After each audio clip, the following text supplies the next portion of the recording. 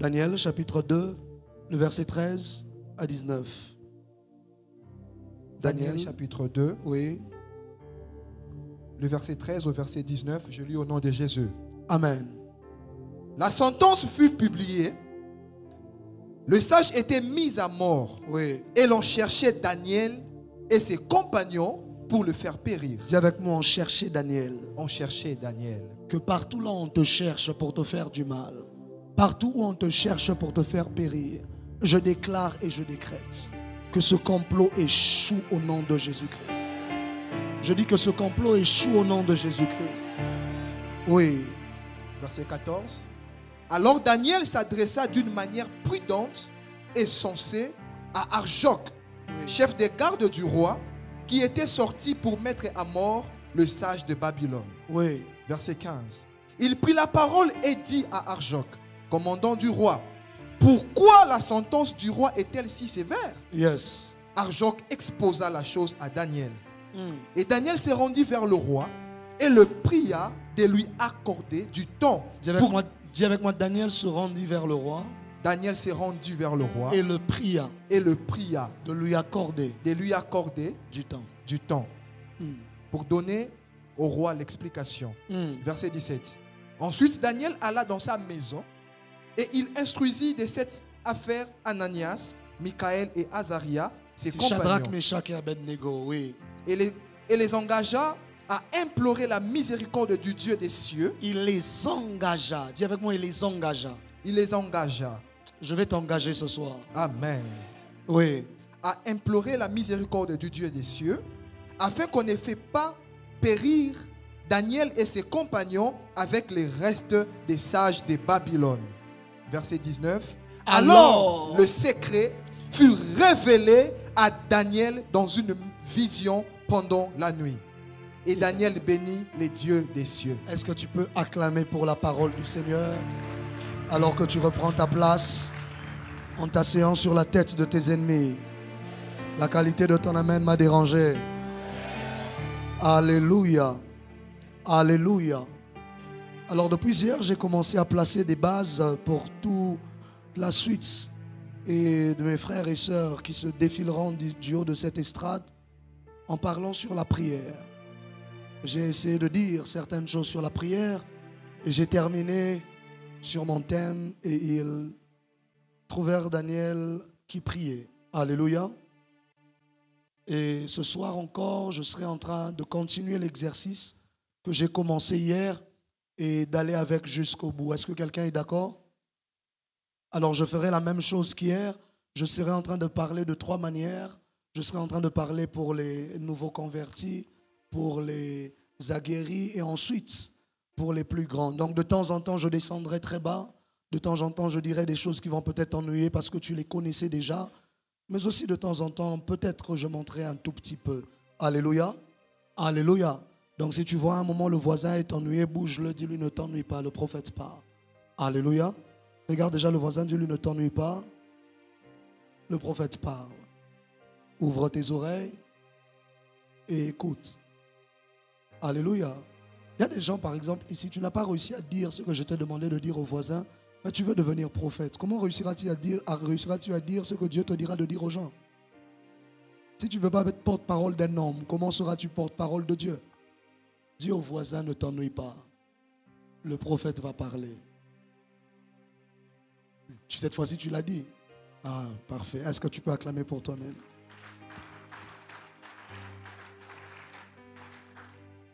Hier, je vous ai dit que lorsque l'on prie, ça veut dire que l'on est d'accord avec le fait que le monde il est spirituel, qu'on est d'accord avec le fait que le spirituel influence sur le physique et que l'on est d'accord avec le fait que Dieu exauce les prières.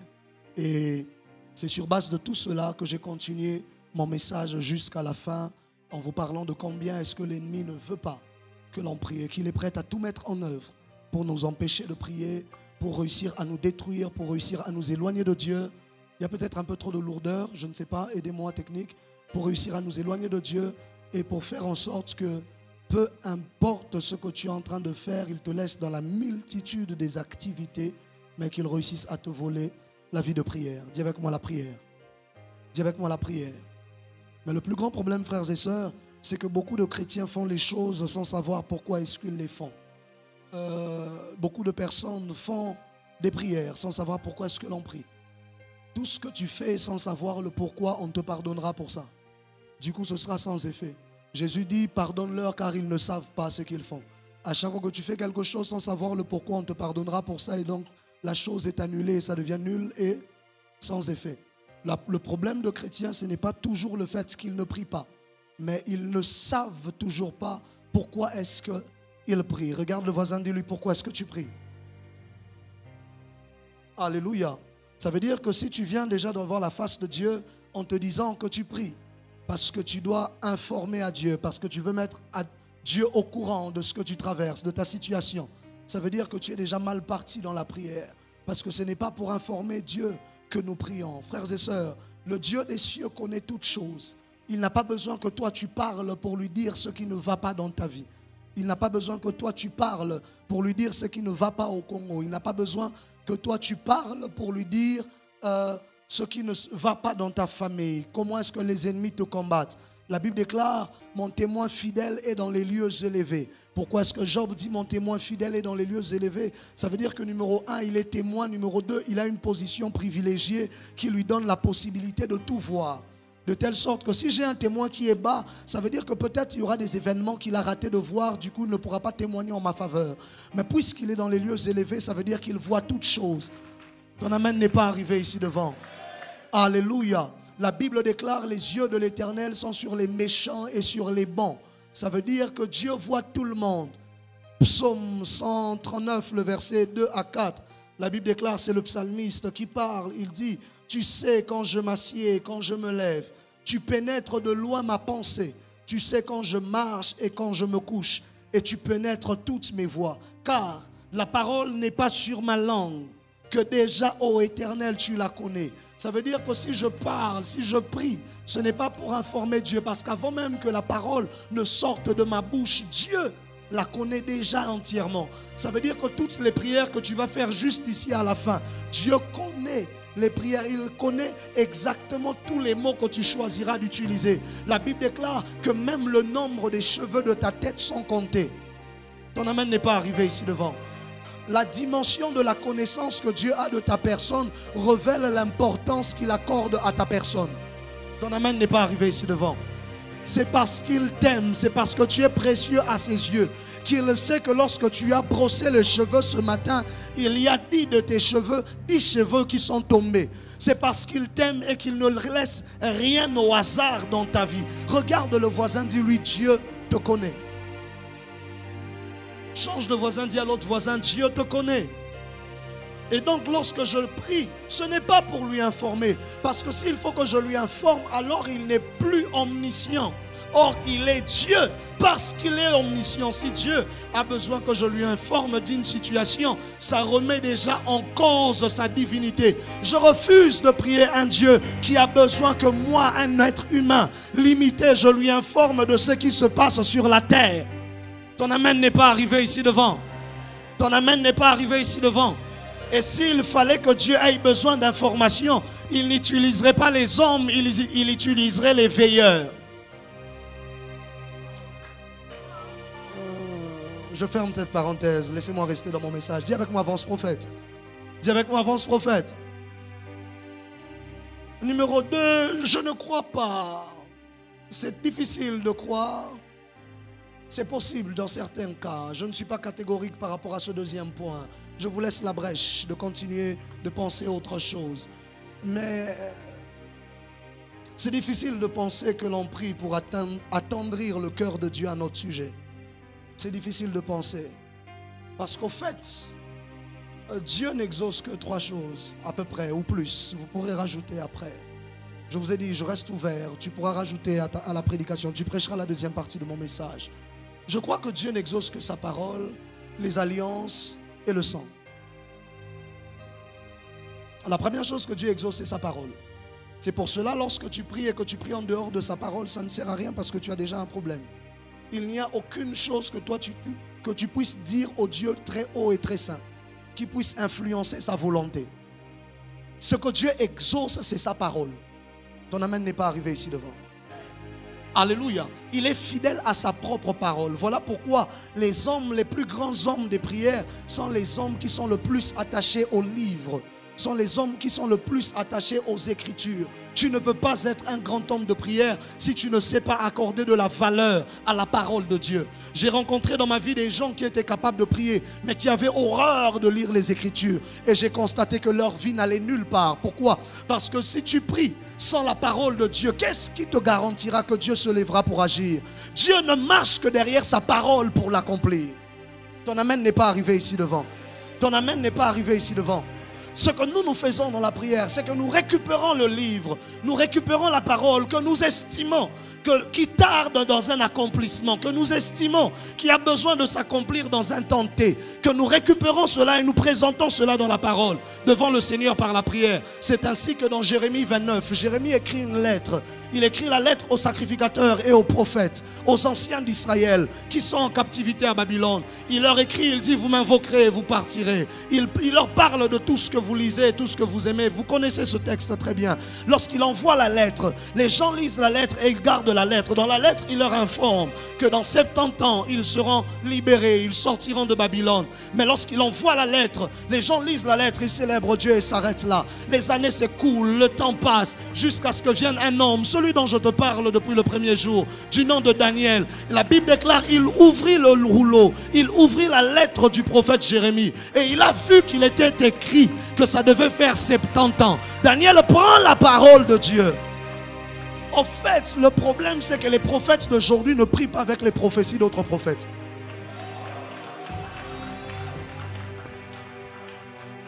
On parle ici d'un homme qui voyait des choses extraordinaires dans le monde élevé.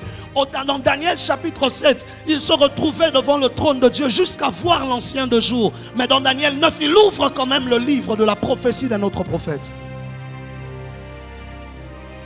Ton amen n'est pas arrivé. Et c'est avec ça qu'il va et il se présente devant Dieu. Il se met à supplier. C'est là qu'il dit, je priais encore, je parlais encore dans ma prière quand l'homme Gabriel vola d'un vol rapide jusqu'à moi. Il y a des... j'en parlerai. Il y a des mouvements angéliques qui se feront d'un vol rapide lorsque tu récupéreras une parole oubliée des hommes, afin de la ramener devant le trône de Dieu pour dire à Dieu, c'est toi qui avais dit. Ton amen n'est pas arrivé. La Bible déclare qu'il a magnifié sa parole au-dessus de lui, de telle sorte qu'il ne jure que par sa propre parole. En fait, la bonté de Dieu se trouve dans le fait qu'il a accepté que sa parole soit au-dessus de lui afin que sa puissance soit canalisée selon sa parole. De telle sorte que Dieu accepte d'être...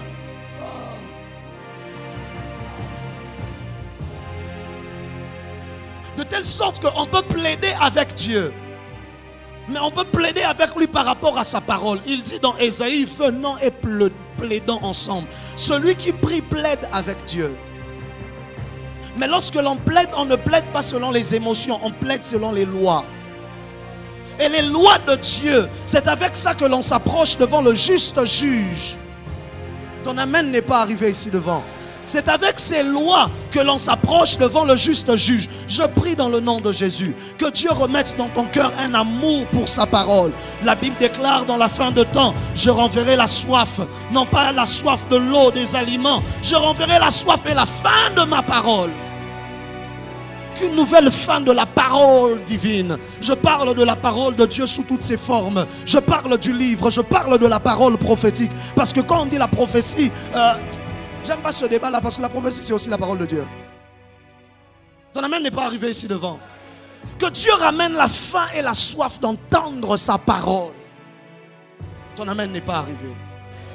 Voilà pourquoi nous sommes bénis d'être dans une église où notre Père est un homme du rouleau. Il est capable d'ouvrir le livre, de déchiffrer les livres comme personne n'est capable de le faire. Pourquoi? Il a des lumières au-dedans de lui. Que Dieu fasse en sorte que des lumières jaillissent de toi, qui te donne la capacité de voir dans les Écritures. Oh, l'amra de vegede doshiata. En fait, j'étais en train de dire donc que je pense que Dieu en réalité n'exauce que 3 choses. Sa parole et deuxièmement ses alliances. Au fait, lorsque Israël crie en Égypte, ce n'est pas ce jour-là qu'ils ont commencé à crier, ils criaient depuis longtemps.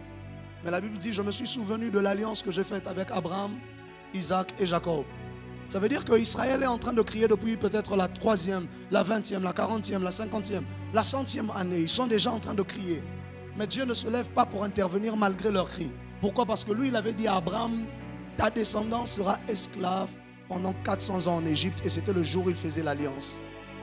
Ça veut dire que tant que les 400 ans ne sont pas faits, l'alliance ne peut pas intervenir pour vous. Ton amen n'est pas arrivé ici devant. Il y a beaucoup de gens qui vont dans les prières et les prières ne sont pas exaucées parce qu'il n'y a ni la parole et ni la présence d'une alliance qui parle pour eux. La parole parle mieux que tes paroles. L'alliance crie mieux que tes paroles. Ton amen n'est pas arrivé.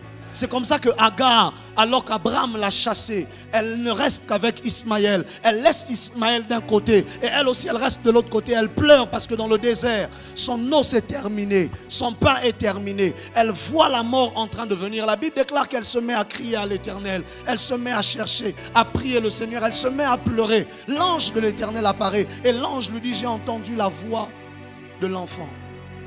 Ange, c'est moi qui suis en train de prier. C'est moi qui suis en train de parler. Comment tu peux me dire que tu as entendu la voix de l'enfant et tu ne m'as pas entendu moi? L'enfant est un enfant. C'est moi qui suis conscient qu'on va mourir. Peut-être que l'enfant n'est même pas conscient. Peut-être que l'enfant est trop petit pour avoir la connaissance. Mais l'ange entend l'enfant et n'entend pas Agar. Parce que Dieu n'a aucune alliance avec Agar. Agar est une Égyptienne. Mais Ismaël a le sang d'Abraham qui coule dans ses veines. Ismaël a été circoncis. Ismaël a il a le signe de l'alliance sur lui. Lorsque Dieu doit exaucer, il n'exauce pas l'intelligence des paroles de Agar, mais il exauce l'incompréhension des paroles dans l'alliance d'Ismaël. La qualité de ton amen me dérange. La qualité de ton amen me dérange. Dis avec moi l'alliance. Dis-moi quelle est l'alliance qui parle sur ta vie. Je te dirai quelles sont les limites de ta vie. En fait, le problème que les gens ont, c'est qu'ils vont dans la prière réclamer à Dieu des choses qui ne sont pas dans leur accord. Que je dise ça ou que je ne dise pas ça.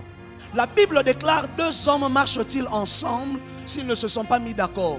Tu sais pourquoi il y a des prières que tu fais aujourd'hui, Dieu n'exauce pas? C'est parce que le jour où il t'a appelé au ministère, toi et lui, vous ne vous étiez pas entendu ça. Il y a des gens, quand Dieu t'a appelé au ministère, je vais te oindre, tu iras partout, tu vas prêcher l'évangile. En tout cas, tu apporteras ma parole, tu prophétiseras. Tu as dit amen, tu es tombé sous l'onction. Tu t'es relevé. Une alliance a été conclue par rapport à ton avenir. Demain, tu n'as pas d'argent. Tu commences à prier, Seigneur, donne-moi l'argent. Dieu dit, moi et toi, on ne s'était jamais entendu ça.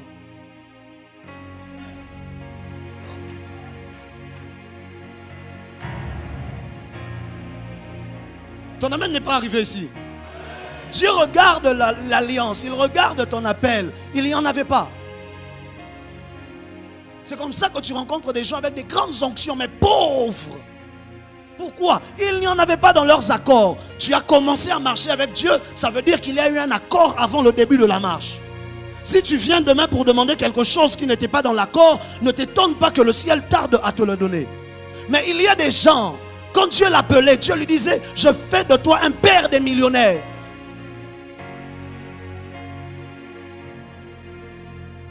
Mais c'est ça la vie d'Abraham.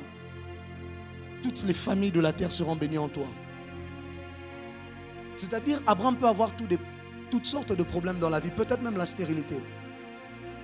Mais c'est aussi dans son alliance d'être père d'une multitude. Mais l'argent, il ne peut pas avoir ce problème-là. Il ne peut pas avoir ce problème-là. Dis avec moi, avance prophète. Mais la question que quelqu'un se pose, maintenant que faire? Comme moi je me suis entendu avec Dieu, il n'y avait pas la richesse. Aujourd'hui je suis en train de souffrir. Je prie, mais rien ne se passe. Que faire? Tu dois aller te greffer à l'alliance de quelqu'un d'autre. Oh, tu dois simplement aller te greffer à l'alliance de quelqu'un d'autre qui lui avait cet accord-là avec Dieu lorsqu'ils ont commencé à marcher ensemble. Ton amen n'est pas arrivé ici devant. Ton amen n'est pas arrivé ici devant. C'est comme ça qu'il y a des pères ici en Afrique, au Nigeria, qui a remarqué que c'est vrai, l'onction est là, c'est vrai, mais il y a une limitation financière. Il a pris l'avion, il est allé chez Kenneth Hagin. Il a pris l'avion, il est allé chez Kenneth Copeland. Parce qu'il savait, lui, il a l'alliance des finances avec Dieu. Comme moi, je ne peux pas conclure une alliance avec Dieu. Je ne peux pas trouver un mécanisme pour aller conclure une nouvelle alliance avec Dieu. Qu'est-ce que je fais? Je vais juste me greffer. Parce qu'au fait, quand on dit, Je veux faire alliance avec Dieu, je veux faire alliance avec Dieu. Vous savez, on aime bien dire des mots, des mots très compliqués. Faire alliance avec Dieu. Un homme va chez Dieu pour faire alliance.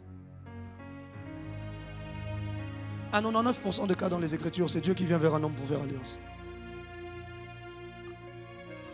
À 99% des cas. Dans les Écritures, c'est Dieu qui vient vers un homme pour faire alliance. Et quand cette alliance a des conditions, en très peu de temps, l'alliance se brise. Les alliances qui subsistent, c'est les alliances que Dieu conclut avec lui-même et il place un homme comme bénéficiaire. C'est comme ça qu'il dit mon alliance avec Abraham. Il ne dit pas notre alliance.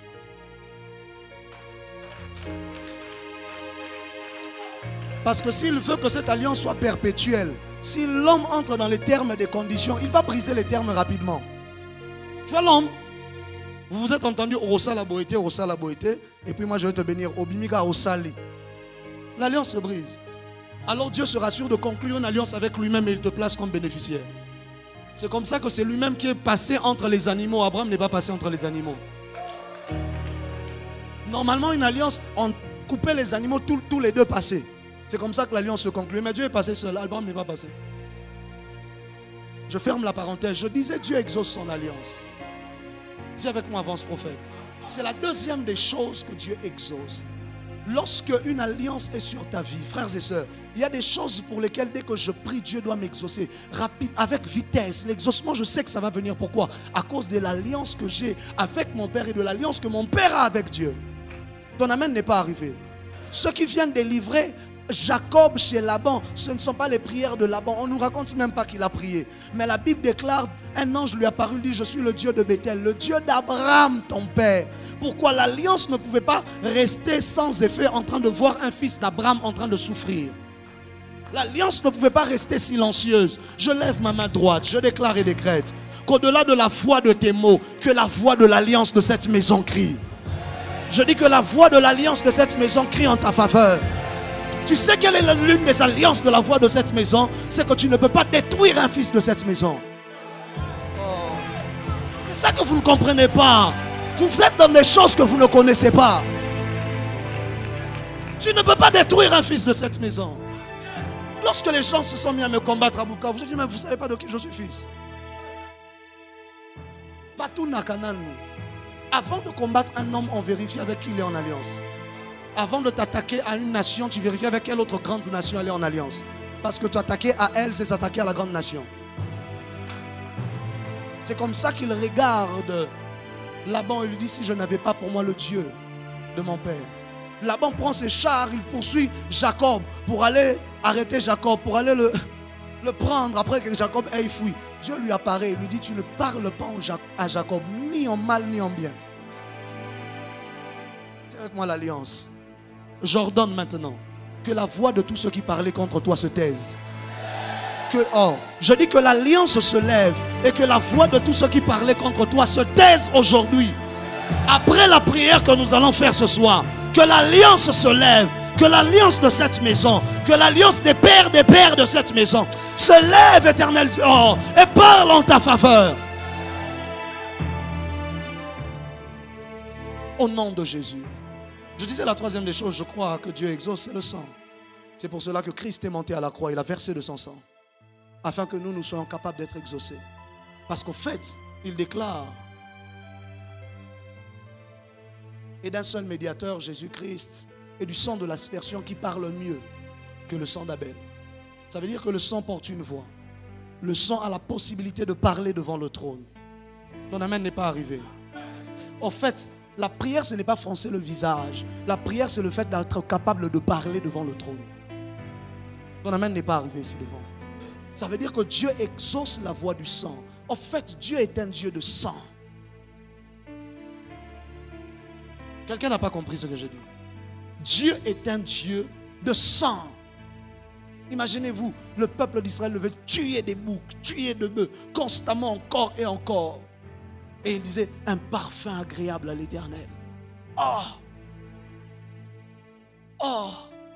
C'est comme ça que pour que nous en soient sauvés, il fallait que un sang plus précieux, plus meilleur, plus grand devait couler pour que toute l'humanité réussisse à être sauvée. Alors il a envoyé son propre fils. La Bible dit, alors tu m'as formé un corps. Tu n'as voulu ni sacrifice ni holocauste. Tu m'as formé un corps. Je dis, je viens avec le livre écrit pour ma vie, afin de faire ta volonté. Le sang devait couler pour apaiser la colère de Dieu. Tu ne peux pas apaiser la colère de Dieu tant que le sang n'a pas coulé. Tu n'apaises pas la colère de Dieu parce que tu as pleuré dans sa présence. Ce qui apaise la colère de Dieu, c'est qu'il y a 2000 ans, le sang de quelqu'un a coulé. Ton amen n'est pas arrivé ici devant. Ton amen n'est pas arrivé ici devant. Le fait que nous, on vienne se jeter, c'est qu'il aime les cœurs brisés. Mais ce qui apaise sa colère, c'est le sang qui avait coulé. Ton amen n'est pas arrivé ici devant. Je disais donc, ce sont les 3 choses que je pense. Et peut-être il y en a le 4e. Vous ajouterez la foi, vous ajouterez tout le reste que vous pourrez ajouter. Vous ajouterez tout le reste. Et donc, et ce n'est pas pour ces raisons-là que nous prions. Pourquoi est-ce que nous prions?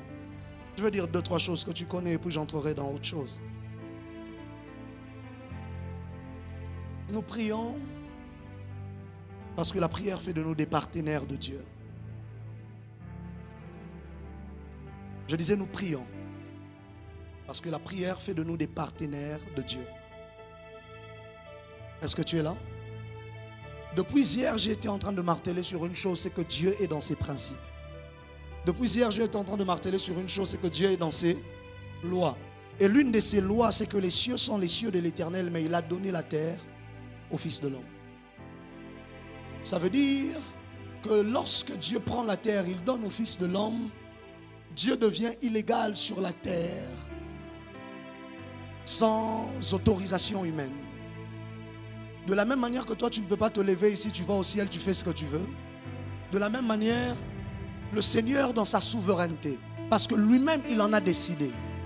En fait, la beauté de Dieu, c'est que en étant tout puissant, lui-même décide de placer une limite. Ton amen n'est pas arrivé ici devant. Il prend la terre, il la donne au Fils de l'homme. Et la Bible déclare qu'il plaça l'homme dans le jardin afin de le cultiver et de le garder. Dis avec moi, le garder. C'est là que le terme chamar que vous maîtrisez avec moi. L'homme était le gardien de la terre, de telle sorte que la terre est réservée au Fils de l'homme. Les esprits sont illégaux sur la terre. Or, Dieu est esprit. Ton amen n'est pas arrivé ici devant. Voilà pourquoi l'un des premiers problèmes qui arrivent, c'est le fait que l'on retrouve le serpent dans le jardin en train de parler à Ève alors que le serpent était Lucifer. Ça veut dire que déjà il y avait un problème de vigilance de la part de celui qui était supposé garder le jardin. À chaque fois que Satan réussit à entrer dans nos vies pour travailler, ça veut dire qu'il y a eu un problème de vigilance du gardien quelque part. Mais je lève ma main droite, je déclare et je décrète dans le nom de Jésus-Christ que Dieu éveille ton esprit. Je dis que Dieu éveille ton esprit afin que tu sois un gardien dans ta famille, un gardien dans ton université. Rien ne se passe à l'université si toi tu n'es pas au courant. Si toi tu n'es pas d'accord avec ça, ton amen n'arrive pas ici devant. Et le Dieu de la Bible, lorsqu'il veut fonctionner sur la terre, lorsqu'il veut travailler sur la terre, il a besoin d'un homme comme partenaire pour faire en sorte que son action soit légale selon les lois que lui-même il avait établies préalablement. Dis avec moi, avance prophète. Mais pourquoi est-ce que Amos 3, le verset 7 dit, car le Seigneur l'Éternel ne fait rien sans avoir révélé son secret à ses serviteurs les prophètes. Une fois de plus, vous ne connaissez pas la force des mots. Comment la Bible peut se permettre de dire, papa, que le Seigneur l'Éternel ne fait rien? Savez-vous que veut dire rien? Oh, parfois on a peur des mots qui sont dans les Écritures. Rien. Lui-même ne fait rien sans avoir révélé son secret à ses serviteurs le prophète. Ça veut dire que Dieu ne peut même pas bouger un doigt au fin fond de Kimbanteke s'il n'a pas au préalable révélé son secret à ce serviteur le prophète. Et quelqu'un est en train de dire, mais prophète, il y a beaucoup de choses qui arrivent et puis aucun prophète n'a prophétisé. Ça veut dire que ça veut dire que si Dieu ne veut pas que quelqu'un prophétise, il peut être sur le point de faire quelque chose au Congo, mais il révèle ça à un prophète en Nouvelle-Zélande que personne ne connaît. Mais il est soumis à sa propre loi. Il ne fait rien. Dis avec moi rien. Dis plus fort avec moi rien. Mais pourquoi est-ce qu'il ne peut rien faire s'il n'a pas révélé son secret à ses serviteurs les prophètes? Parce qu'il cherche un gardien qui va lui ouvrir la porte pour qu'il vienne faire. Ton amen n'est pas arrivé ici devant. Dès l'instant que tu comprends ta place et ton rôle dans la prière, tu pries différemment. Tu pries différemment. C'est comme ça qu'il y a des choses que Dieu veut faire, mais il ne peut pas les faire parce qu'il n'y a pas eu un homme pour prier au préalable. Ton amen n'est pas arrivé. La volonté de Dieu est déjà là. Mais où sont les hommes capables de prier pour ouvrir la porte à cette volonté de Dieu-là? Le Seigneur l'Éternel ne fait rien. Oh, est-ce que je parle à quelqu'un? Est-ce que je parle à quelqu'un? Voilà pourquoi lorsqu'il avait décidé délibérément de faire quelque chose et qu'il ne voulait pas que quelqu'un l'arrête, la Bible dit, regardez Ézéchiel, lui disait, n'intercède pas pour ce peuple. Je collerai ta langue à ton palais. Pourquoi? Parce qu'il ne veut pas que par ta prière, tu puisses faire opposition à ce que lui il veut faire. Pourquoi? Parce que toi tu es légitime. Il dit, je collerai ta langue à ton palais, que tu n'ailles pas les reprocher, que tu n'ailles pas intercéder. Pourquoi? Parce que je veux faire ce que je veux faire, je dois les frapper. Mais c'est ça l'opposition qu'il a eu avec son serviteur Moïse. Il dit à Moïse, écarte-toi de là, je vais taper ces gens. Je vais les tuer tous. Moïse lui dit, écoute-moi, le problème de nos intercessions, c'est que nous avons des intercesseurs vigoureux, mais qui n'ont pas la sagesse d'en haut. Nous avons des intercesseurs forts, mais qui n'ont pas la sagesse d'en haut. Écoutez la démarche de l'avocat Moïse. Il regarde Dieu et lui dit, numéro 1, si tu les tues, en fait, Moïse, si je commence à dire, Seigneur, pitié, ne les tue pas, il va les tuer. Ça ne marche pas chez Dieu. Il dit, numéro 1, si tu les tues, le peuple d'Égypte dira que tu n'avais pas la force pour les emmener à Canaan. Alors tu les as tués en Égypte. Il a révélé l'orgueil de Dieu. Dieu dit, pétueuse, elle a raison. Il dit, c'est ça. Toi, tu auras ta version. Mais la version qu'il y aura sur TikTok, Seigneur, c'est que tu n'avais pas la force de les amener à Canaan.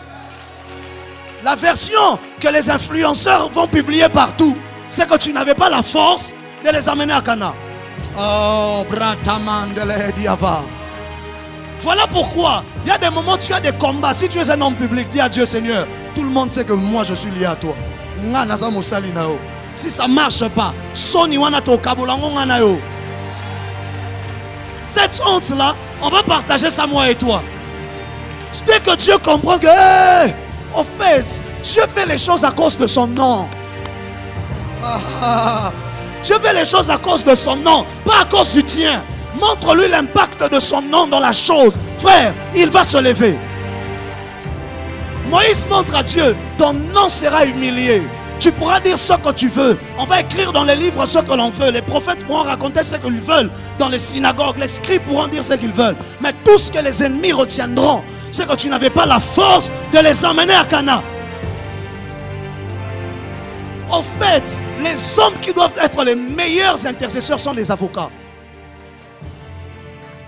Encore, il faudrait qu'ils aient la sagesse divine maintenant. De s'asseoir et de négocier avec Dieu. C'est la même chose qu'Abraham fait pour son frère Lot. N'est-ce pas? Dis avec moi, avance prophète. Dis bien avec moi, avance prophète. Et numéro 2, il lui dit, si tu veux le détruire, efface-moi du livre de vie. Dieu dit, mais ça c'est impossible. Je ne peux pas t'effacer. Ne fais pas l'erreur d'aller dire ça à Dieu. Vous savez, parfois avec la jeunesse, on part, si on se lève, Seigneur, efface-moi seulement, papa. Oui, gomme. Pouah! Ton amène n'est pas arrivé ici devant. Que Dieu pardonne les folies que l'on fait dans notre jeunesse. Combien de folies je n'ai pas fait, éternel Dieu? Hey! Parce que, connais-tu Moïse? Moïse, frères et sœurs, il avait le poids nécessaire pour pouvoir tenir une telle conversation et de dire à Dieu, si tu ne veux pas, enlève-moi. Il était beaucoup trop important pour la suite de la destinée d'Israël, pour que Dieu l'enlève pour mettre quelqu'un d'autre. Dieu dit, je ne veux pas, ça va m'obliger de tout recommencer depuis le début, de chercher quelqu'un, c'est trop long. Dieu dit, c'est trop long, c'est trop long. Tout continuer, car. Dis avec moi, avance prophète. Dis avec moi, avance prophète. Je suis en train de déclarer, de décréter et de parler sur la vie de quelqu'un. Que Dieu te donne une sagesse surnaturelle afin d'être capable de te tenir dans la présence de Dieu et de savoir exactement ce que tu dois dire à Dieu. Oh, c'est comme ça qu'il dit, l'Esprit nous soutient dans notre faiblesse car nous ne savons pas ce qu'il convient de demander. Parce que parfois, toi, tu penses que tu dois demander la voiture, alors que ce que tu dois demander, c'est la délivrance d'un accident qui est sur le point d'arriver. Parfois, toi, tu penses que tu dois demander le mariage, alors que ce que tu dois demander, c'est la victoire sur le divorce de ta famille. Parfois, toi, tu penses que tu dois demander un grand ministère, alors que ce que tu dois réellement demander, c'est juste beaucoup d'argent. Et quand tu auras l'argent, tu vas construire des grands bâtiments. Et les gens vont venir demain. Parfois, on ne sait pas ce que l'on demande. Et on est convaincu que ce que l'on demande, c'est ce qui convient. Mais il dit, l'Esprit nous soutient dans notre faiblesse. Ton amen n'est pas arrivé ici devant. Ton amen n'est pas arrivé ici devant. Oh Dieu, je dois maintenant courir. Je dois maintenant courir. Je disais donc que lorsque Dieu veut faire quelque chose, il cherche un homme. C'est pour ça que lorsque les hommes se lèvent pour prier, malgré ce que Dieu avait pu décider, Dieu décide, va accepter quand même de faire grâce. Pourquoi? Les gardiens se sont levés pour prier, pour rechercher sa face. C'est comme ça que Jonas arrive à Ninive. Il se met à prophétiser, il se met à déclarer, il se met à dire, ça sera détruit dans 3 jours, telle chose arrivera, telle chose arrivera. Et il parle avec l'orgueil d'un prophète qui sait qu'il a écouté la voix de l'Éternel. Il se lève, il dit Ngameja. La Bible déclare que le roi sort une loi, du plus petit au plus grand, jusque le bétail. Ils ont jeûné 3 jours. Et la Bible déclare l'Éternel a retiré sa colère. Et il a pardonné Ninive. Pourquoi? Parce que des gardiens se sont levés et ils se sont mis à prier. Peu importe ce qui était arrêté dans ta vie, peu importe ce qui avait été décidé dans ta famille, peu importe ce qui avait été décidé par des esprits dans ton ministère. Frères et sœurs, il y a des gens, tu es ici, tu ne sais pas que des esprits ont déjà décidé que dans 4 ans ton ministère doit mourir, que dans 2 ans ton mariage doit mourir, que dans 3 jours tes affaires doivent s'écrouler. Mais je prie que peu importe ce qui avait été décidé par les esprits, oh, que le chamar se lève, celui qui est légal sur la terre, qu'il parle aux esprits et qu'il leur dit, c'est moi qui suis établi comme gardien, rien n'arrivera. C'est comme ça qu'Élie dit, il n'y aura de ces années-ci ni pluie, ni rosée, sinon,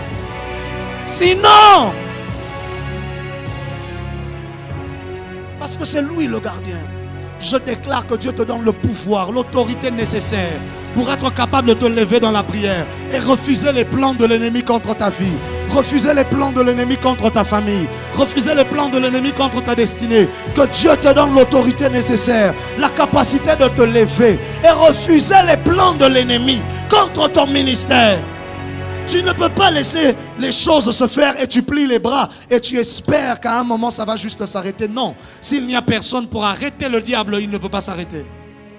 Il dit résistez au diable, il fuira loin de vous. Il ne fuit pas loin de vous s'il n'y a personne qui se lève pour le résister préalablement. Qui me donne le plus grand des amens? Qui me donne le plus grand des amens? Alléluia, alléluia. C'est comme ça qu'Ézéchias, le prophète, vient lui dire, tu vas mourir. En fait, ça vous démontre la suprématie, une certaine suprématie de la prière. Le prophète lui dit, tu vas mourir, parle à ta famille. Ézéchias se tourne, il se met à pleurer, il dit, Seigneur, souviens-toi. La Bible déclare que le prophète revient, il dit, tu as encore 15 années. Dieu, dans sa volonté parfaite, avait décidé la mort d'Ézéchias. Ézéchias n'avait rien fait de mal, mais Dieu dans sa volonté parfaite avait décidé la mort d'Ézéchias. Mais lorsque cet homme se met à prier, je ne vais pas entrer dans les détails très compliqués, je reste dans la simplicité. Lorsque cet homme se met à prier, le prophète revient. Que le prophète qui t'avait dit que tu vas mourir dans 3 jours, qu'il revienne avant la fin de cette journée. À la fin de Hanouka, le prophète là qui t'avait dit que toi ta vie n'ira pas loin, il va revenir, il va venir changer. Ah, je dis quoi? À la fin de recharge, il va revenir, il va venir changer, il va te dire, hey, en tout cas, je vois que tu iras loin. Mais qu'est-ce qui s'est passé? C'est qu'entre la parole et l'accomplissement, j'ai prié. Oh, entre la parole et l'accomplissement du malheur, je me suis levé et j'ai prié. Dieu savait qu'il était mieux pour Ézéchias de mourir. Parce que quand il est resté 15 ans après, il a commencé à faire des bêtises. C'est là qu'il a ouvert les portes du temple et qu'il a invité les Babyloniens et qu'ils ont regardé et que plus tard ils sont venus, ils les ont détruits. Pourquoi? Parce que Dieu avait préféré le prendre avant qu'il ne fasse des erreurs. Mais Dieu, malgré qu'il savait que les erreurs risquaient d'être faites, quand Ézéchias prie, Dieu accepte quand même. Ça veut dire qu'il y a des prières qu'il ne faut pas faire. En fait, je te parle du pouvoir de la prière. Je te dis comment est-ce que la prière peut même te positionner en dehors de la volonté de Dieu. C'est pas pour rien qu'on dit, on nous dit qu'il faut que l'on prie dans la volonté de Dieu. Parce qu'une prière peut te prendre et te positionner en dehors de la volonté parfaite de Dieu. Simplement parce que tu as prié. Pensez-vous pourquoi Jésus ajoute, si enlève cette coupe de devant ma face, fais passer cette coupe et ensuite l'ajoute. Mais que ta volonté soit faite. Pourquoi? Il sait que si j'insiste, on va enlever la coupe et l'humanité ne sera pas sauvée. Il sait, si j'insiste, on risque d'enlever la coupe et l'humanité ne sera pas sauvée. Il dit, c'est vrai, je veux que la coupe parte, mais que ta volonté soit faite. Celui qui dit que ta volonté soit faite, ça ne veut pas dire qu'il est incapable de prier. Ça veut juste dire qu'il a peur que dans son insistance, le sorte de la volonté parfaite de Dieu. Il y a des choses pour lesquelles nous sommes venus insister dans la prière. Depuis que tu as eu ça, ça t'a sorti des plans que tu avais normalement. Est-ce que je mens? Tu as prié pour quelque chose, tu as eu la chose et puis il y a eu trouble. Tu dis, oh, mais comment? Mais c'est ce que j'ai demandé, oui. Mais Dieu ne te donnait pas ça avec raison. Dieu peut placer un arbre dans le jardin, mais il te dit, ne mange pas. Ton amen n'est pas arrivé ici devant. Ton amen n'est pas arrivé ici devant. Parce que tout ce que Dieu place près de toi n'est pas pour toi. C'est pas tout ce que tu vois que tu dois prier pour demander ça aussi à Dieu pour toi. Tu vois un homme de Dieu élevé, voyager partout. Seigneur, moi aussi je veux voyager partout. Tu risques de monter pour l'avion faire un crash. C'est pour ça que toi Dieu te garde dans les bus, dans les voitures.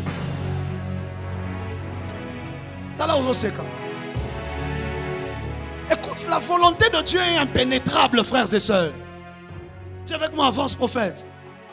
Je suis juste en train de te parler. La volonté de Dieu est impénétrable, les amis. Alléluia. Voilà pourquoi que Dieu nous donne la sagesse. Afin que nos prières ne servent pas à nous éloigner de sa volonté, mais servent à établir sa volonté parfaite sur la terre. C'est comme ça qu'il leur dit, quand vous priez, dites que ta volonté soit faite. Parce que la raison pour laquelle nous prions, c'est pour que sa volonté soit faite sur la terre comme au ciel. Il y a des volontés de Dieu au ciel qui ne seront pas faites sur la terre si personne ne prie. Parce qu'il faut des chamars, des gardiens, des Adams qui vont permettre à ce que la volonté de Dieu qui est au ciel puisse quitter le ciel et venir sur la terre. Pourquoi est-ce que... Jésus dit le royaume vient, mais on ne comprend pas encore. Et puis il dit aux disciples, priez, dites que ton règne vienne. Hein? Pourquoi? Parce que si les disciples ne disent pas que ton règne vienne, le règne ne va pas venir. Mais pourquoi est-ce que Jean dit que celui qui lit dise, viens Seigneur Jésus? C'est nous qui l'appelons. C'est nous qui l'appelons. C'est nous qui appelons le règne. Plus tu soupires. Voilà pourquoi, lorsqu'il y a trop de prières dans l'église qui ne se concentrent que sur les choses de la terre, ils oublient les objectifs anciens de l'éternité divine. Ils oublient les objectifs de Dieu. Et Dieu ne cherche pas ce genre de personnes. Dieu cherche des partenaires de prière. Des hommes qui vont être partenaires pour l'accomplissement parfait de sa volonté sur la terre. Il cherche des gens qui vont se lever toute la nuit. Que ton règne vienne à la présidence. Que ton règne vienne. Que ton règne vienne. Que ton règne vienne. Il cherche quelqu'un qui est à la présidence. Qui va appeler le règne de Dieu à la présidence. Il cherche quelqu'un qui est dans les boulangeries. Pour appeler le règne de Dieu dans les boulangeries. Il cherche quelqu'un qui est à la primature. Pour appeler le règne de Dieu à la primature. Il cherche quelqu'un dans des écoles. Pour appeler le règne de Dieu à l'école. Partout où Dieu te permet d'entrer. C'est pour que tu l'y invites. Oh, je répète ça. Partout où Dieu te permet d'entrer, dans ce cabinet-là, partout où tu es allé, c'est pas pour toi. C'est pour que toi, en entrant, tu deviens l'homme qui donne autorisation légale au ciel d'entrer aussi là-bas. Mais c'est comme ça que quand on veut détruire une famille, on fait entrer un sorcier dans la famille. Parce que les sorciers font exactement la même chose que nous on fait dans la prière. Parce que eux aussi, les esprits sont illégaux. Ces esprits, ils ont besoin des hommes qui vont les invoquer pour les faire entrer.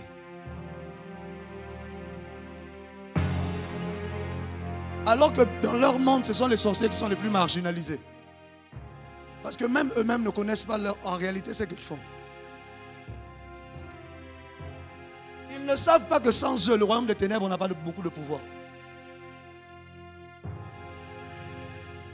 S'il y a un sorcier dans la salle, ton amen n'est pas arrivé.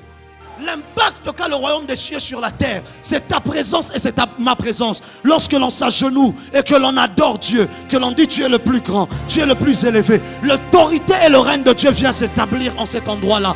Parce que c'est là qu'il est invoqué, c'est là qu'il est prié. C'est pour ça que l'on dit invocation. On invoque l'Éternel. Abraham bâtit un autel et il invoqua l'Éternel. Ça veut dire il invita l'Éternel, il appela l'Éternel. Je prie que ce soir que quelqu'un invoque l'Éternel.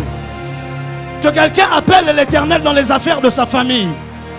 Que quelqu'un appelle l'Éternel dans les affaires de leur maison. Que quelqu'un appelle l'Éternel dans les affaires de son ministère. Que quelqu'un invite l'Éternel. Dis avec moi, la prière provoque un mouvement. Dis le plus fort, la prière provoque un mouvement. Parce que le mot prière signifie prosiokai. L'une des définitions en grec, c'est prosiokai. Prosiokai signifie prière, mais aussi signifie lieu de prière.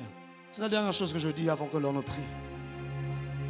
Signifie prière, mais aussi lieu de prière. Ça veut dire que toute prière a un lieu de prière. Toute prière a besoin d'un lieu de prière. Matthieu 6, le verset 6. Mais quand tu pries, entre dans ta chambre, ferme ta porte et prie ton Père qui est là dans ta chambre. Non. Prie ton Père qui est là dans ta chambre. Prie ton Père qui est là dans ta chambre. Prie ton Père qui est là dans le lieu secret. Et ton Père qui voit dans le lieu secret te le rendra. Le rendra là, ça vient de rémunérateur. Le rémunérateur de ceux qui le cherchent. Toute prière a un lieu secret. Lorsque tu commences à prier, tu commences à effectuer un voyage vers un lieu. C'est comme ça qu'il ne t'arrive pas chaque fois que tu pries. À un moment, tu sens que tu n'es pas là où tu es. Tu vois l'église, tu vois les bâtiments, mais tu sens, c'est comme si tu es ailleurs. Oh my God, my God. Est-ce que je parle à quelqu'un? Tu pries. À un moment, tu ouvres même tes yeux. Parce que tu as l'impression peut-être, ok. Ça t'est déjà arrivé? Tu pries, à un moment, tu ouvres les yeux. Tu vérifies un peu. Pourquoi? Parce que toute prière te déplace. Parce que le lieu où tu es n'est pas propice. Ça t'emmène sur le lieu propice pour la prière. Au fait, l'un des grands problèmes de la prière a toujours été le lieu de prière.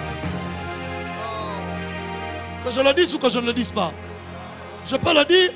C'est comme ça que la femme samaritaine lui dit: vous dites qu'il faut adorer à Jérusalem. Mais nous, nos pères ont adoré ici, au mont Garizim. C'est un problème. Jésus, la femme samaritaine lui présente deux montagnes. Il lui dit: nous on adore au mont Garizim. Vous adorez à Jérusalem. Jésus lui dit: non, ce n'est ni à Jérusalem, ni sur cette montagne que vous adorez le Père. Parce que ce que le Père cherche, c'est des adorateurs qu'il adore en esprit. Parce que Jésus lui présente deux autres montagnes. Elle a dit à Jésus: Jérusalem et le mont Garizim. Jésus lui dit: non, je te présente deux autres, pas les autres là. En esprit et en vérité. Aïe, aïe, aïe, aïe, aïe, aïe. Celui qui prie en esprit monte. Celui qui prie en vérité aussi monte. Ah, c'est ce que tu ne comprends pas. C'est comme ça qu'il y a des gens. Il n'a pas le spirituel comme toi, mais il est sincère devant Dieu. Et Dieu l'exauce. Pourquoi? Il a prié en vérité. Il a prié sur la montagne de la vérité.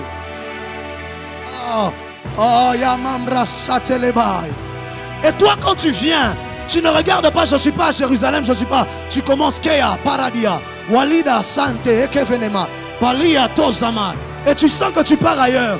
Tu sens que tu pars ailleurs. C'est comme ça qu'il dit: vous m'invoquerez et vous partirez. C'est vrai que dans ce texte, il parle du fait qu'ils allaient rentrer en Israël. Mais la Bible ne met pas deux mots ensemble par hasard. Vous m'invoquerez. À chaque fois qu'il y a une invocation, il y a un départ. Mamri Geva. À chaque fois que quelqu'un se met à invoquer le ciel, à prier Dieu, il y a un départ qui se fait. Omambia Badu Sataya. Walemam Ragadeata. Ifa Teleata. Zente Kibaya. Je suis en train de dire à quelqu'un: plus tu pries, tu quittes de la pauvreté, tu entres dans la richesse. Tu pries, tu quittes de la dimension où tu es, tu montes un peu plus loin. J'ordonne un départ ce soir. J'ordonne un départ ce soir. J'ordonne un déménagement ce soir. Ce soir, tu vas déménager. Je dis ce soir, tu vas déménager. Prends tes affaires. Sache que tu es sur le point de partir ailleurs. Waouh, waouh, waouh, waouh. C'est comme ça qu'il dit, nous le contemplons. Et nous sommes traversés, transformés de gloire en gloire, en gloire. Parce que plus on prie, plus un départ se fait. Plus on prie, plus un départ se fait. Plus on prie, plus je monte. Le lieu duquel j'ai prié hier, ce n'est pas le même là où je prie aujourd'hui. Natikas esikawana kala, namata déjà. C'est là qu'en fait entre la notion des dimensions. Oh. C'est là qu'entre la notion des dimensions dans la prière. On ne prie pas tous à partir du même endroit. Il y a des gens qui prient à la porte des cieux, d'autres prient aux cieux. Parce qu'il y a d'autres qui se sont limités à la porte. Ils n'ont pas compris que quand on vient ici, c'est juste pour entrer, mais pour partir. Oh, Odiata, Walama Mbekeba, Volodemem Paradiaha, Ahia, Ahia, Ahia, Shadalaba, Rotepaya, Polide Kanta. Je prophétise, je déclare et je décrète qu'un départ soit provoqué ce soir. On a commencé dans cette salle, on va terminer ailleurs. Woo! On a commencé dans cette salle, on terminera ailleurs. Oh, mais prophète, qu'est-ce que tu dis? La Bible déclare, Moïse dit à Dieu, montre-moi ta face. Dieu lui dit, il y a un lieu près de moi. Oh, mais j'ai demandé la gloire. Dieu lui dit non, le lieu où tu es ne peut pas te permettre de voir ma gloire. Mais il y a un lieu près de moi. Regarde le voisin, dis-lui, il y a un lieu près de Dieu. Chez Paradia. Il lui dit, Moïse, il existe un lieu près de moi. Demande-moi quel est ce lieu. Demande-moi quel est ce lieu. La Bible déclare, nous sommes en Christ. Parce que Christ est aussi une position. Pour nous, il est aussi un lieu à partir duquel nous pouvons voir la gloire de Dieu. C'est comme ça qu'il lui dit, tiens-toi sur le rocher. Qui est le rocher si ce n'est Christ? Donc le lieu près de lui, c'est que Moïse devait se tenir sur le rocher. Je suis en train de dire à quelqu'un, il y a une nouvelle dimension à laquelle tu dois accéder. Le lieu où tu es, c'est bien, mais il y a un autre lieu plus près. Ah, il y a un autre lieu plus proche. C'est comme ça que tu es dans un endroit. Tu as l'impression que toi et ton voisin, vous n'êtes pas au même endroit. C'est comme si lui, tu dis, ah, comment je n'arrive pas à prier comme ça? Lui, il est déjà parti ailleurs. C'est toi qui es encore resté sur ce lieu-là. Il y a un lieu près de Dieu. Le problème, c'est que tu pries au bas de la montagne, Josué. Moïse, il est au sommet. Les anciens sont rentrés à la maison. Josué est resté au bas de la montagne, mais Moïse, il est au sommet. Il y a un lieu qui est toujours plus proche que le lieu où toi tu te tiens. Alors c'est pour cela que la prière est un voyage. Je prie aujourd'hui, mais pas pour rester ici. Pour que demain j'aille un peu plus loin. Que demain j'aille un peu plus loin. Que demain j'aille un peu plus loin. J'ordonne dans le nom de Jésus que tu te rapproches. Je dis que tu te rapproches. Je dis que tu te rapproches. Au nom de...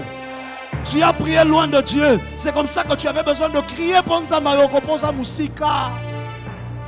Frère, il y a des gens, ils doivent vraiment crier. Kosa la bafière à Goloba Malem mette Ganga, Oza Musika. Oza Musika.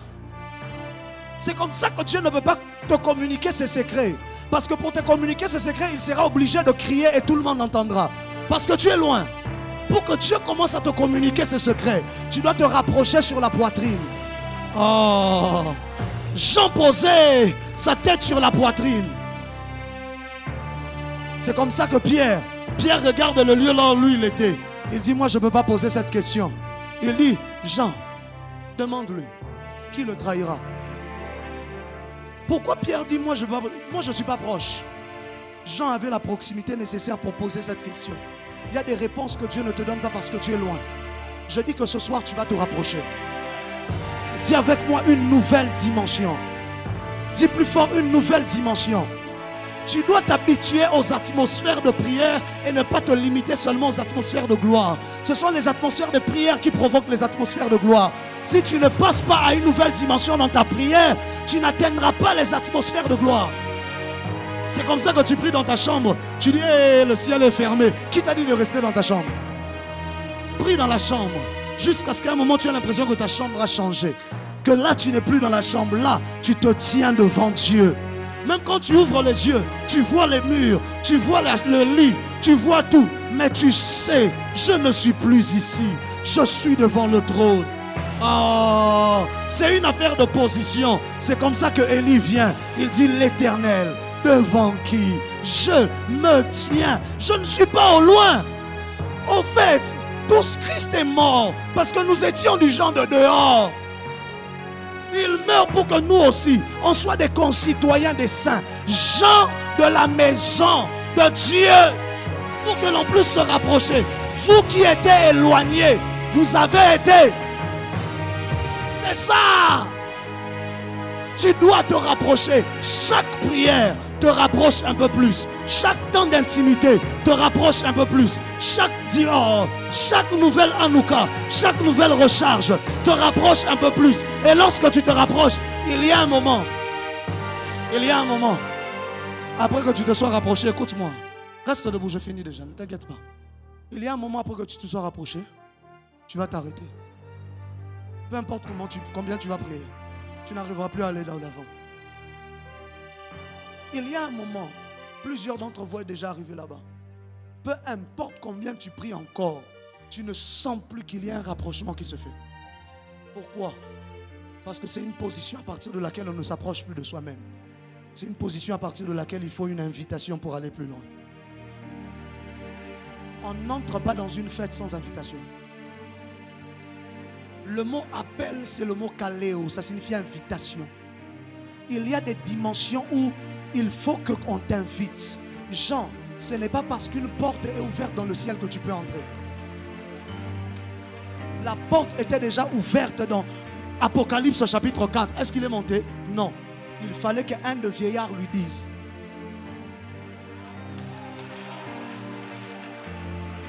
Il y a des dimensions, tu as prié, tu es entré. Et tu vois la porte ouverte. Tu pries, tout le temps tu sens comme si l'eau comment tu sens tout le temps comme s'il y a quelque chose de grand qui veut se faire. Mais rien ne se fait. Pourquoi? C'est la porte est ouverte. Mais personne ne t'a encore invité. Je déclare et décrète qu'une voix sorte du ciel. Oh. Je dis qu'une voix sorte du ciel. Et que le ciel t'invite à monter. Je dis que le ciel t'invite à monter. Quelqu'un me demande, mais prophète, de quoi tu parles? Pierre est dans la barque avec tout le monde. Il ne se jette pas dans l'eau par la foi. Il dit à Jésus, ordonne que je vienne. Invite-moi. Fais l'erreur de m'inviter, je vais marcher. Dès que Jésus l'invite, les eaux se compriment. Les eaux s'actualisent. Les eaux s'arrangent pour que Pierre devienne éligible dans cette dimension-là. Qu'un vieillard t'invite dans le ciel ce soir. Oh, que Dieu envoie le vieillard qui avait invité Jean là. Asawapi, Komonenani. Je prie qu'il revienne à la même porte et qu'il dise Ézéchiel, viens. Il y a des dimensions à laquelle tu n'entres pas si une gloire ne t'y a pas invité.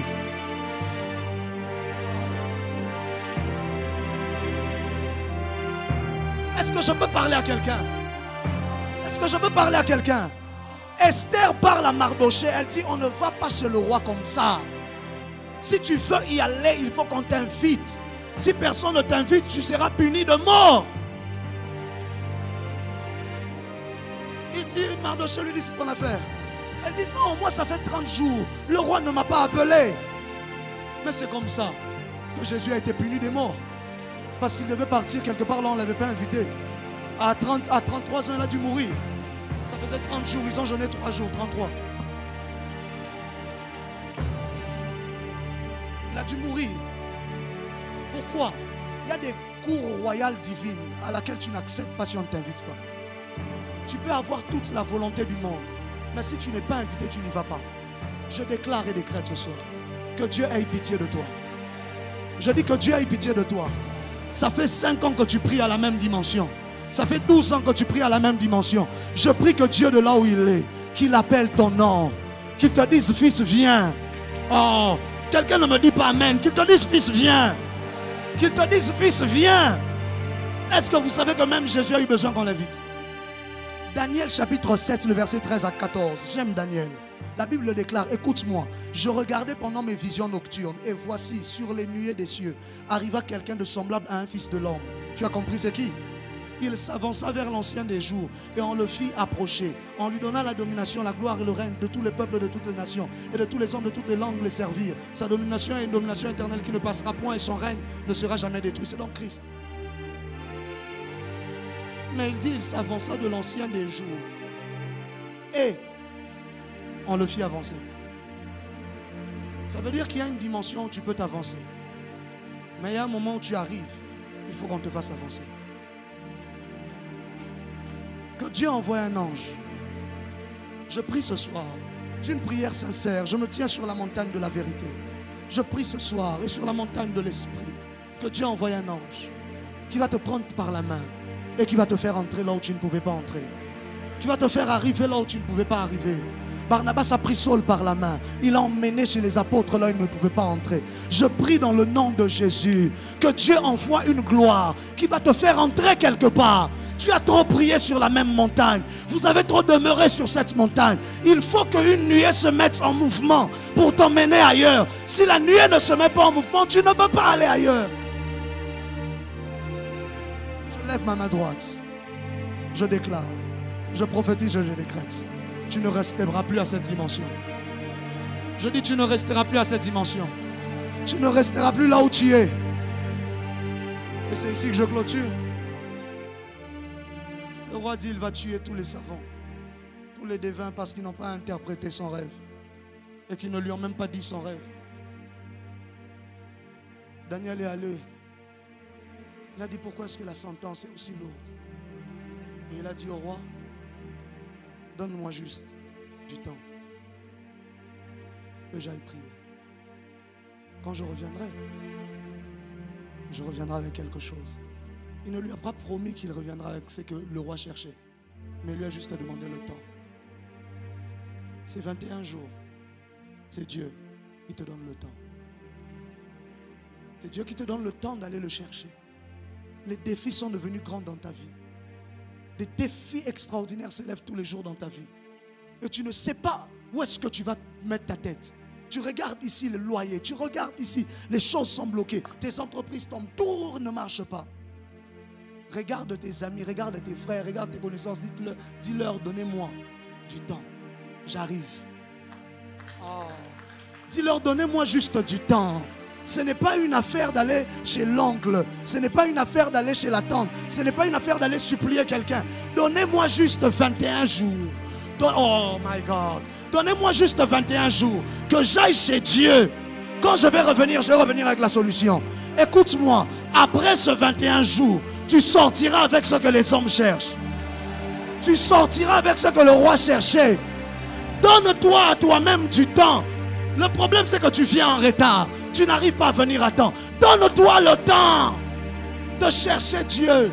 Daniel a dit, j'ai juste besoin du temps. Il se mit à prier et Dieu l'a exaucé. À chaque fois qu'un homme demande le temps, Dieu lui donne l'exaucement. À chaque fois qu'un homme investit son temps dans la présence de Dieu, Dieu lui donne l'exaucement. Je prie ce soir, sous cette atmosphère de prière, sous cette atmosphère prophétique, que Dieu te déplace et qu'il te dépose devant sa face. Là où tu vas parler avec lui tel que tu n'avais jamais parlé. Là où tu vas tenir une conversation surnaturelle avec Dieu ce soir. Je n'entends pas quelqu'un commencer à prier, en train de dire à Dieu, Seigneur, déplace-moi. Déplace-moi. Je me suis donné le temps. 21 jours, je serai ici. 21 jours, je viendrai te chercher ici. 21 jours, je viendrai soupirer ici. Déplace-moi. Parle à Dieu. Parle à Dieu. Parle jusqu'à ce que tu sentes que tu te déplaces. Parle à Dieu jusqu'à ce que tu sentes que tu te déplaces. Parle à Dieu jusqu'à ce que tu sentes que tu te déplaces et que tu te rapproches. Approchez-vous donc avec assurance devant le trône de grâce. Pourquoi tu restes là où tu es? Approche-toi. Ne reste pas. Une invitation est lancée ce soir. Approche-toi. Ne reste pas là où tu es. Un appel est lancé ce soir. Rapproche-toi. Ne reste pas dans les 5 minutes.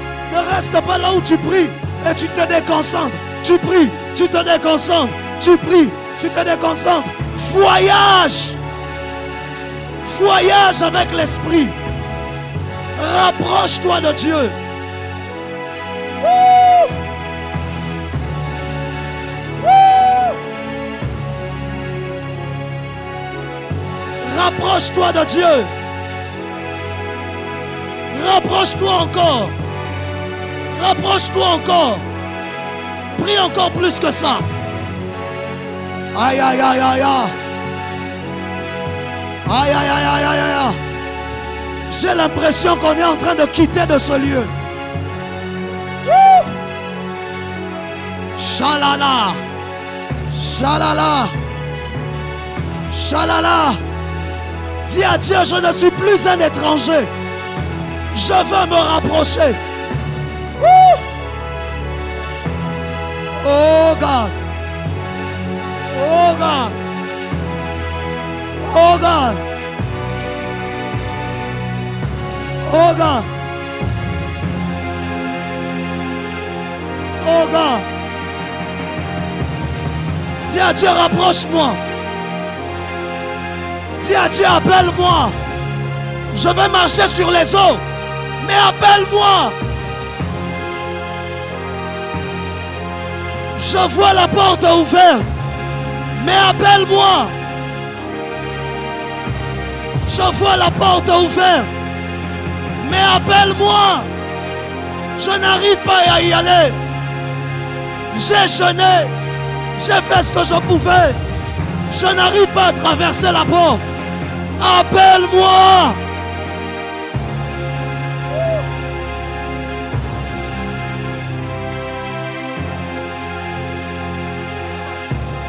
Appelle-moi.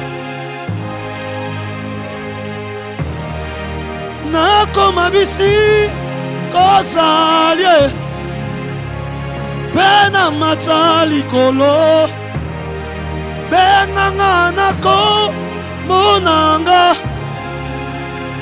Ponga bena yanola Eya Nakoma bisi kosalie Bena matali kolo.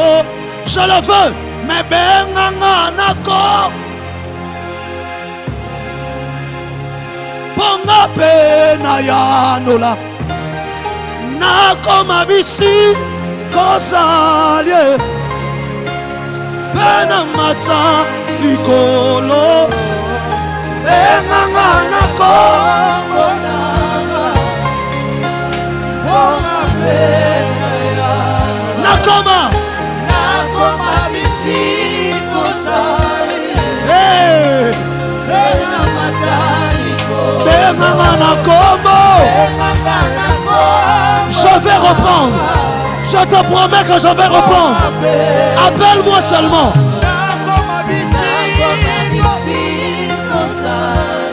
Benamata.